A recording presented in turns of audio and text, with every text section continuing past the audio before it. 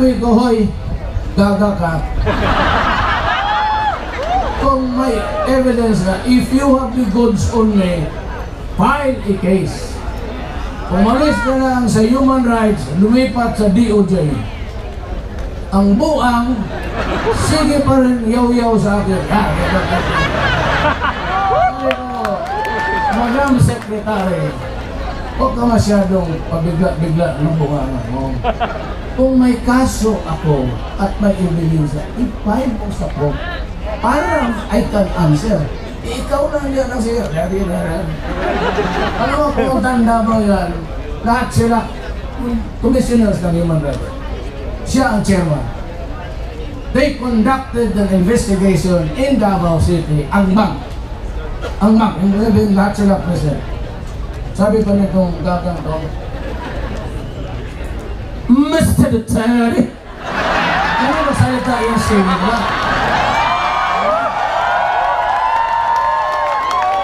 Mr. Duterte, you were overheard one day that you threatened a certain Alfredo Mendoza.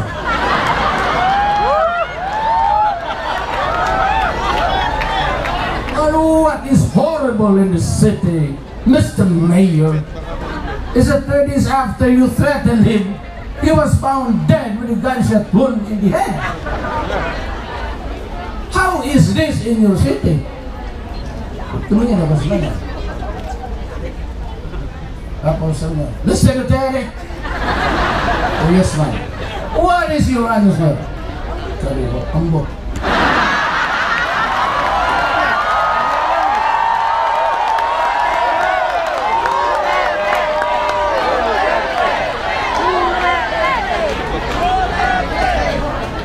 Tingnan mo, pinatawag ako sa Congress. Itong si Inares sa BIR, o Inares, Tagalog o Espanyol. Naghingi siya ng tulong kasi ang smuggling ng rice sa Mindanao malawak. So I started to smell. Would you believe it? Ang customs ng Davao walang kilala. Ang Maritime Police, Coast Guard, walang kilala. Bangayan.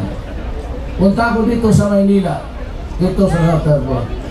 Kilala ba ninyo itong number 1 smuggler dito sa Pilipinas? Walang nakakilala. Sabi ko, kalupuhan ko. Punta ko ng Ginaldo, punta ko doon sa intelligence. Sabi ko, bigyan ninyo akong muka ni Bangayan, yung smuggler. Sino yan, sir? Yung smuggler, sabi ko. Sir, wala kami yan. Sabi ko, look, huwag tayo magbulahan. Pareho tayo sa gobyerno. You produce that picture. Lahat tayo na meron tayong ano dyan sa isok na yun. Lahat tayo halos. Bigyan mo ako ng picture. Puta ng smuggler yan. O dinilagay sa akin. Tinag-testify ako sa Senate. Sabi ni Rayleigh, do you know Bangayan? Do yes. Why? Because he was identified by the military. Yung putang ina yan, patayin niyo. Alam mo, siguro na-insult ko siya. Napabarang na pahiya sa Secretary of Justice eh. Umuwi ako sa hotel kasi naghintay ako ng 10 o'clock flight back to Davao. So, nung una-unang gano'n sa TV, ay hindi pala, pag-ganon ako.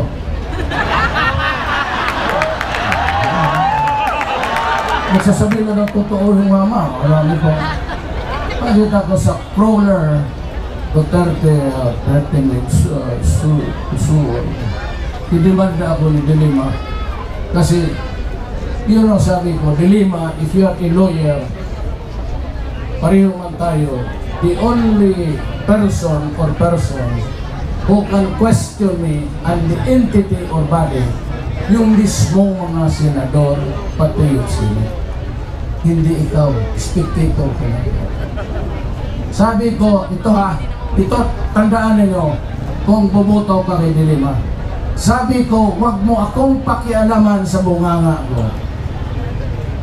Asikasuhin mo yung trabaho mo kay dyan sa munting lupa nagluluto ng siya ko. ito.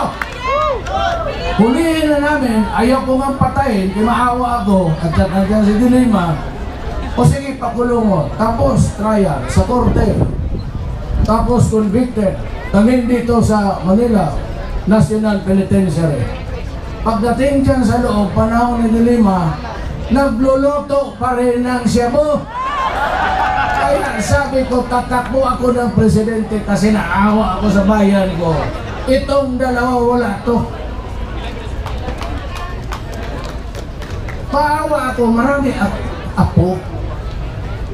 Pag tatalikod ako, tapos ito yung maiwan itong mga gagawin. Ako, I can talk about corruption. I can talk about criminality. I can talk about drugs. Ngayon, magkaharap lang tayo. Tell me the truth. Huwag tayo punta na puro tayo Pilipino, tumingin kayo sa mata ko. Binay, he can talk about criminality and maybe drugs. But I'm asking you now, tingnan niyo ako sa mukha, can he talk about corruption? No! Ito yun ang magkabot na. Sabihin niya ako kaharas.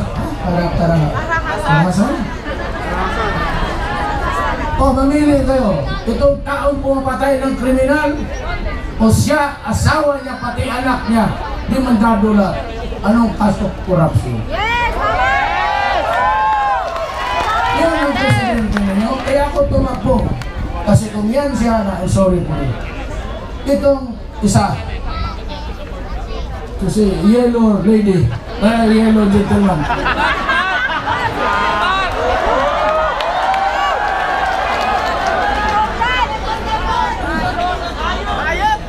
Yolanda. I was there day 2 of Yolanda because I was born in Leyte. My father was a soldier. Nung palapit na si MacArthur, pa-retreat na rin ang hapon kasi alam nila na dadating ang mga barko. So my father brought me there to the relatives of my nanay na. So doon ako pinanganak. Pag tinanong ko yung military, wala mang smart pa yan. Pero may linya military, ano lang parang tape. Sasaluin nila ang relay. Sinabi ko na, anong nangyari? Sabi niya, sir, baksak. Paano klase yung baksak? Sir, flat talaga lahat. Parang dinaanan ng atomic bomb. Sobra kang magsalita. Ilang patay? Sabi niya, sir, ay magsaya. Kung marami. Sabi ko, ilang patay? 300? 400? Sir, sobra 10,000. Putang ina, naligas ako. Sinasimbol ako yung 911 ko. Pinuno ko ng doktor, medisina, pati nurses, puro lalaki. 3 convoy, pati military police. Binagal ako doon. Yung mga naghabol ako. Si Mar, maybe I can understand because at the height of the typhoon, he was there. And you know, the stories going around that the waters were rising to the floor. Maybe he had a scare of his life. I can understand that. Anybody can. Pero yung next day na nag-meeting kami, nakikinig lang ako. Wala. He was calling for the people, yung mga trabahante na goberno, city government. Sinabi ko, Mark, can I talk to you privately? Kasi sa likod daw. Sabi ko, Mark, do not create an energy here amongst the people. For all you know, walang taob. Ubos, patay lahat. Tawagin mo ang army. Gawain mo ang army, the highest military officer. Siya ang OIC ng city government. Kasi nag-away sila ni Romualdez. Yun, namulitika ko siya. Kayo dyan, Marcos, kami dito, Aquino. Kaya sila yung tape na nilabas na. At pag ako, umuwi ako. Pag walang pag-asa ko. Sinabi niya doon, bago itong kampanya, sabi nga, tamo si Duterte, pumunta lang doon, nagpa-picture tapos kumano. Hoy, bayok!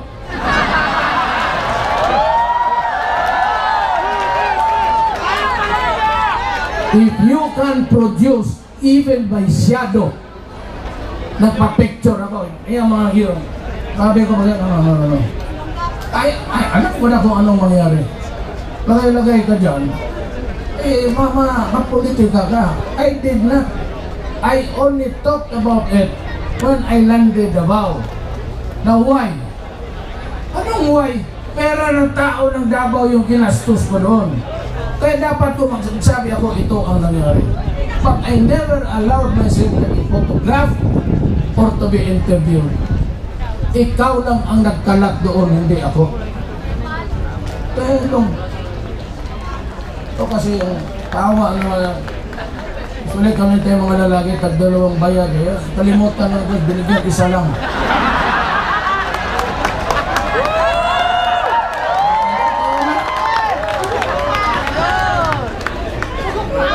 Integahan niya, nagpunta na ng photograph. Alam mo kami mga Bisaya, mataas yung hilas namin. Yung hilas na nakakurnihan kami na. Tintindig yung balayibo namin. Hilas na ba yan? Kaya pagsabi, ikaw, Rodrigo, wapo ka, gano'n, tapos bubula mo. Katalikuran kita. Pero pag magsabi ang babae, Mayor, may kain tayo sa labas. Oh, sige.